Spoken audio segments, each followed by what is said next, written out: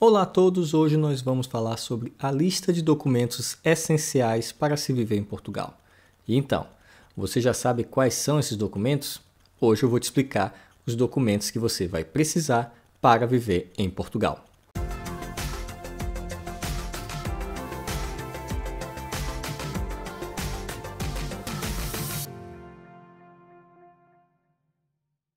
Olá, eu sou Frank Matos e hoje nós vamos conversar sobre documentos que são essenciais para que você possa viver em Portugal. Eu estou com o computador aqui aberto com a minha lista para que eu não possa esquecer de nenhum desses documentos. Mas lembrando, estou a falar de documentos gerais, aqueles que são para todos que vão viver em Portugal. Mas existem ainda os documentos que são um pouco mais específicos. Por exemplo, se você for um advogado e quer advogar em Portugal, aí a gama de documentos aumenta. Se você é médico e quer exercer a medicina em Portugal, também aumentam o número de documentos. Então vamos começar pelos documentos que são essenciais, os documentos necessários para que a maioria possa viver em Portugal, seja com autorização de residência com visto ou com a dupla nacionalidade. Então vamos aqui para a minha lista. Antes de falar sobre os documentos, é preciso falar sobre apostilamento de Haia ou apostilamento em Haia. E o que seria esse apostilamento? Vocês vão perceber que durante os vídeos eu vou falar muito sobre apostila de Haia, mas é importante que vocês saibam o que é essa apostila em Haia. Existe uma convenção, ou a convenção em Haia, ou a convenção de Haia, em que esses países signatários resolveram que os documentos que levam esse selo, que seriam mais ou menos como se fosse aqui, não sei se vocês conseguem ver, mas como se fosse esse adesivo, esse documento passa a ter validade, ou seja, ele é reconhecida a sua autenticidade e ele passa a ter os mesmos efeitos em outros países. Então, são duas vias. Uma, como eu mostrei, fica apensada, ou seja, colada no documento, e a outra é uma via digital, pois isso serve para que o seu documento possa ter efeitos nos países da Convenção de Haia, sem a necessidade de ter que passar por um processo de legalização, de autenticação junto ao consulado, o que tende às vezes a ser um pouco demorado, porque depende muito da demanda de serviço. E é possível fazer esse apostilamento no Brasil. Muitos cartórios, você pode consultar na sua cidade qual cartório realiza o apostilamento em Haia. Pois bem, esse apostilamento faz com que esse documento possa ter validade uma vez já pensado esse selo que eu mostrei para vocês. E a boa notícia, é claro, é que tanto Portugal quanto o Brasil fazem parte da Convenção em Haia ou Convenção de Haia. O próximo item da minha lista, muito importante, é o passaporte. Parece meio óbvio, né? Mas muita gente deixa para ver essa questão do passaporte em cima da hora. Vai viajar e de repente olha que o passaporte está fora da validade. É preciso ter cuidado, às vezes o mais importante nos passa despercebido. E muitas pessoas deixam a data de validade muito próxima da viagem. Para você embarcar com o passaporte próximo do vencimento não tem tanto problema. A questão é que se você vem para uma entrevista no CEF, se apresentar junto ao CEF para conquistar ali a sua autorização de residência, então você vai ter que viajar com seu passaporte com uma validade que seja superior à data da entrevista, para que não corra o problema de você chegar na entrevista com o passaporte vencido. E aí você vai ter um problema bem maior, uma dificuldade imensa para você conseguir fazer a validação com o consulado. Claro que é possível. Mas imagina fazer isso faltando uma semana da sua entrevista ao CEF ou então faltando poucos dias para a sua viagem para Portugal. Então, primeiro conselho, cheque o seu passaporte. Veja se a filiação está correta, se seu nome está correto, se todos os dados lá estão corretos. Seu passaporte, por muito tempo, vai ser o seu documento de identificação em Portugal até que você tire a sua autorização de residência ou seu cartão de cidadão, ou bilhete de cidadão, como eles chamam aqui, bilhete de identificação, que seja. O próximo item da minha lista é o visto. O visto, claro que aqueles que já vêm com dupla cidadania não vão passar por esse ponto, mas existem diversos tipos de visto, D1, D2, D3, D4, D5, é seguido de uma letra e é seguido de um número. Então, você pode acessar o site do Nacionalidade Portuguesa, o link está na descrição do vídeo, para ver qual tipo de visto você consegue se encaixar. E aí, chegando com o visto, é como eu falo, visto colado no passaporte e sua entrada está garantida, você viaja sossegado. E esse visto, ele tem um prazo de validade e o consulado, ele dá esse prazo de validade condizente à sua apresentação ao CEF, para que você possa entrar legalmente em território português. Então, dá uma olhada lá no site do Nacionalidade Portuguesa, com certeza tem um visto que se encaixa no seu perfil. O próximo item da minha lista se chama Seguro Viagem ou PB4. Existe o seguro viagem particular e existe o seguro PB4. Você precisa de um seguro viagem para entrar em Portugal. O PB4 é o mais famoso e é um acordo entre o Ministério da Saúde do Brasil e o Ministério da Saúde de Portugal. Então, esse PB4 lhe garante acesso, inclusive o documento que eu usei para mostrar o selo de apostilamento é o meu seguro PB4. Esse PB4 é um documento que você tira no Ministério da Saúde ou pode ir pessoalmente até o Ministério fazer a solicitação. Ele é pessoal, mas você pode tirar para toda a sua família, você como responsável, e aí você coloca lá os seus agregados familiares, esposa, filhos, enfim. É possível também retirar o PB4 para uma outra pessoa, desde que você tenha uma procuração pública para isso. Então, você pode tirar para terceiros que não sejam bem parentes. Uma vez com esse PB4 e sua manifestação de interesse, o seu passaporte, seu cartão de residência ou cidadão, se você ainda não tem o próximo item que eu vou falar, que é número de utente, você terá todo o direito de ser atendido nas redes de saúde pública de Portugal, como se fosse um cidadão português. Então, é importantíssimo que você tire no Brasil seu seguro viagem ou PB4 e faça o devido apostilamento dele, para que você possa ser atendido no serviço de saúde. Acredite, já vi famílias pagarem caro por não terem feito o PB4 e precisarem de saúde particular em Portugal. Foram pegas desprevenidas. Além do mais, o seguro PB4 é trocado pelo próximo documento da minha lista, que é o número de utente. O número de utente não é bem um documento, isso é fato. É um número de identificação junto ao Serviço Nacional de Saúde, ou como nós chamamos SNS. O número de utente é similar ao número do SUS no Brasil. Esse número substitui o PB4 quando você chega aqui. Ele é colado no seu cartão de autorização de residência, ele é fixado no seu bilhete de cidadão e é seu número de registro ao Sistema Nacional de Saúde em Portugal, que vai lhe dar direito ao médico de família, que vai lhe dar direito ao serviço público de saúde, enfim, similar como o SUS do Brasil. Então, esse número de utente é importantíssimo quando você chegar em Portugal, que tirar seu bilhete de cidadão ou sua autorização de residência, faça a troca do seu PB4 pelo seu número de utente. É fácil, é tranquilo e hoje em dia está bem mais moderno, não precisa mais ir até o local. Existem delegações, existem distritos que já estão fazendo isso por e-mail. De fato, a pandemia acabou trazendo uma certa digitalização desse serviço para evitar o contato pessoal. Então, número de utente é o próximo item da lista. Seguindo adiante, depois do número de utente, eu coloquei aqui na minha lista algo chamado número de identificação fiscal. Se você tem um CPF no Brasil, eu tenho certeza que você tem, você deve saber a importância do seu primo aqui em Portugal. O número de identificação fiscal é bem similar ao CPF. Então, você já sabe que precisa dele para tudo, mas é tudo mesmo. Abrir conta bancária, comprar um automóvel, matricular em escola, matricular seus filhos, se matricular em faculdade, trabalhar, tirar número de utente, número da segurança social, cartão de residência, enfim. Você precisa do seu NIF. Assim como você precisa de um CPF no Brasil, você precisa de um NIF aqui em Portugal. É um número junto à autoridade tributária, ou como nós chamamos, finanças. É possível retirar o NIF ainda estando no Brasil. É possível. Você deverá ter um cidadão português que será o seu padrinho, o seu responsável diante a autoridade tributária.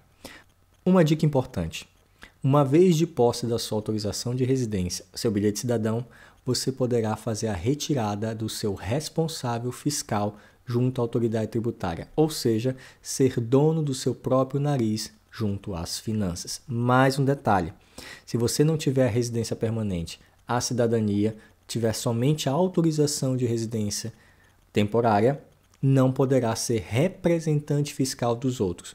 Poderá ser seu próprio representante, mas não dos outros. O próximo item da lista, depois do NIF, não é bem um documento, mas facilita muito a vida aqui em Portugal. Conta bancária. Algumas instituições bancárias possibilitam que você faça a retirada da conta bancária ainda no Brasil, ou seja, abrir a conta no Brasil. E é importante porque alguns vistos vão depender que você tenha meios de subsistência. E a movimentação bancária entre banco brasileiro e banco português, você sendo titular das duas contas, ajuda na entrevista do CEF. Ter um saldo em conta bancária portuguesa vai ajudar junto ao CEF. Por quê? Porque ele serve de comprovativo de meio de subsistência. Então, ter uma conta bancária em Portugal, e se você puder abrir o mais rápido possível, ainda estando no Brasil, é essencial, é importantíssimo. O próximo item não serve para todos, mas é a carta de condução, ou seja, a carteira de motorista portuguesa. Aqui vai uma boa notícia. É possível fazer a troca da Carteira Nacional de Habilitação brasileira pela carta de condução em Portugal. Isso significa dizer que você poderá chegar e, de posse da sua autorização de residência, ir até o IMT, que é o Instituto de Transporte daqui, parecido com o Detran do Brasil, e fazer a sua solicitação para substituir a sua carta de habilitação brasileira por uma carta de condução portuguesa. Mas você vai precisar do consulado para isso. Você precisa que o consulado faça a declaração de que sua carteira nacional de habilitação brasileira é autêntica. Ele emite um documento e esse documento do consulado vai dizer qual é a categoria da sua CNH, qual é o número dela, quando foi expedida, enfim. É o consulado dizendo ao IMT daqui: olha, Portugal, essa carteira de motorista é do Brasil, é essa categoria e foi tirada nesta data. E uma vez de posse desses documentos, você vai até o IMT, dá entrada na substituição. Olha bem a palavra substituição. Isso significa que você vai ter que entregar a sua carteira nacional de habilitação brasileira e pegar uma carta de condução portuguesa. Não é mais possível ter as duas, tá? Agora você tem que trocar. Isso aconteceu porque algumas pessoas estavam burlando o sistema de multas. Fazia uma multa, apresentava a carteira de motorista brasileira e aí não tinha como colocar os pontos. Agora você é obrigado a entregar sua carteira de condução brasileira para tirar a carta de condução portuguesa. Mas fica tudo tranquilo depois disso. O próximo item da minha lista, depois da carta de condução, é a declaração de saída definitiva do país. Isso é feito junto ao site da Receita Federal. Você tem que declarar que está saindo do país, ou seja, saindo do Brasil. Para que isso? Para que você não pague dupla tributação, para que você não pague multa de declaração por não ter entregue a declaração do imposto de renda, para que você não tenha pendências junto à autoridade financeira, ou autoridade da Receita Federal no Brasil. Então eu separei aqui quais são as situações em que uma pessoa vai deixar e pedir essa declaração de saída. Quando ela não morar mais no país de forma permanente, não prestar serviços assalariados para autarquias ou repartições do governo brasileiro no exterior, ou quando a pessoa não retornar mais ao Brasil com ânimo de morar, ou seja, vai retornar ao Brasil, mas para passar 3 meses, 2 meses, 6 meses. E se você deixar de emitir essa declaração de saída definitiva do país, você pode ter, eu separei aqui, bloqueio ou cancelamento do seu CPF, bloqueio de operações financeiras, e isso é importantíssimo, principalmente se você tem algum rendimento vindo do Brasil, isso vai atrapalhar. Dupla tributação, como eu já falei, não é legal pagar imposto para os 2 países, principalmente se você mora em um. E multa pelo atraso de não entrega do imposto de renda. Então, muito cuidado. Se você está saindo definitivamente do Brasil, não está recebendo rendimentos pelo Brasil, não está vindo a Portugal para trabalhar, para uma autarquia ou algum órgão da administração brasileira, você terá que fazer essa declaração de saída definitiva do país. O próximo item da minha lista é procuração. Essa procuração é importante. Eu sempre digo para as pessoas que vão vir para Portugal, se você está saindo do Brasil, você não sai da noite para o dia. Tudo é um processo, tudo é demorado. Sua vida civil não acaba no Brasil.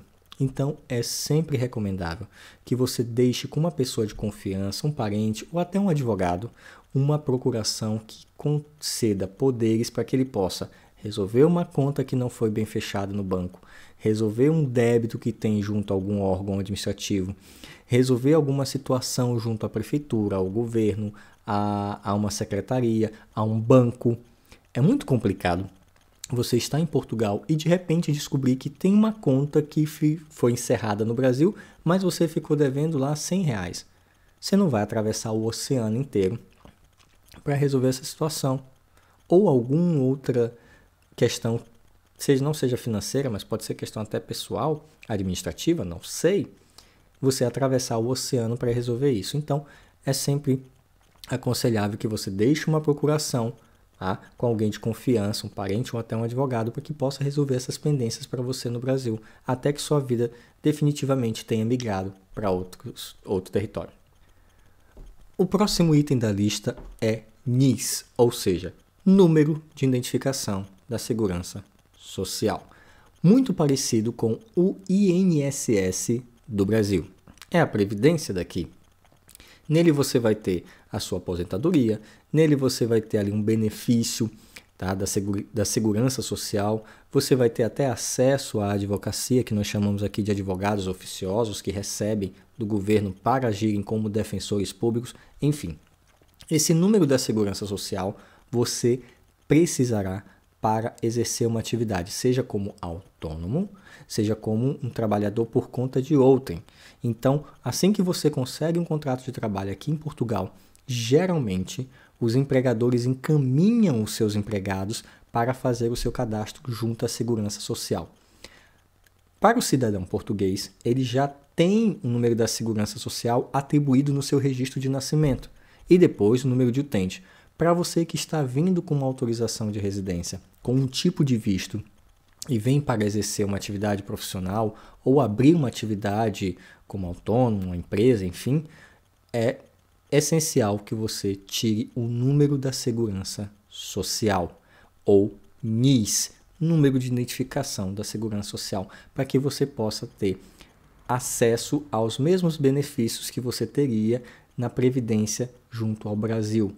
Aqui se chama Segurança Social.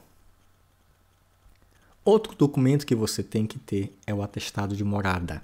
Esse atestado de morada é um documento que você tira na junta de freguesia, aonde você vai morar. Então, digamos que eu vou morar na junta de freguesia do bairro X, eu vou me apresentar lá, junto com um contrato de locação ou um comprovativo do meu endereço, e eles vão emitir um atestado de morada, ou seja, a junta de freguesia vai atestar documentalmente que eu moro naquela região.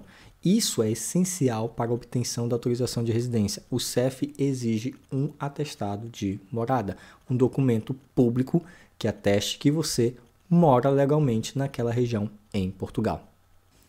A maioria desses documentos, como NIF, NIS, o endereço, o número de identificação, constam tanto no bilhete de identificação do cidadão, ou seja, o cartão cidadão, como na autorização de residência. É bem prático. Você não precisa andar com vários documentos, basta um cartão e lá já tem todas as informações, como por exemplo o número de utente. Então é bem prático essas informações constarem tanto no cartão de cidadão para quem tem a nacionalidade, como na autorização de residência para quem vem com algum tipo de visto. Bom, esses são os documentos gerais, lembrando que muitas vezes, dependendo da sua finalidade em Portugal, possa se exigir outros documentos, como certidão de casamento de inteiro teor, caso você venha com marido, esposa, enfim, certidão de nascimento de inteiro teor dos filhos para reagrupamento familiar, certidão de nascimento inteiro teor seu, caso você queira fazer a inscrição junto à Ordem dos Advogados, por exemplo, ou um processo de nacionalização, enfim. Esses documentos que eu listei nesse vídeo são documentos de cunho geral, que todo cidadão deverá ter. Outros documentos específicos você pode solicitar informação, como eu falei, depende de cada situação. Espero ter esclarecido a dúvida de vocês. A gente se vê. Até o próximo vídeo.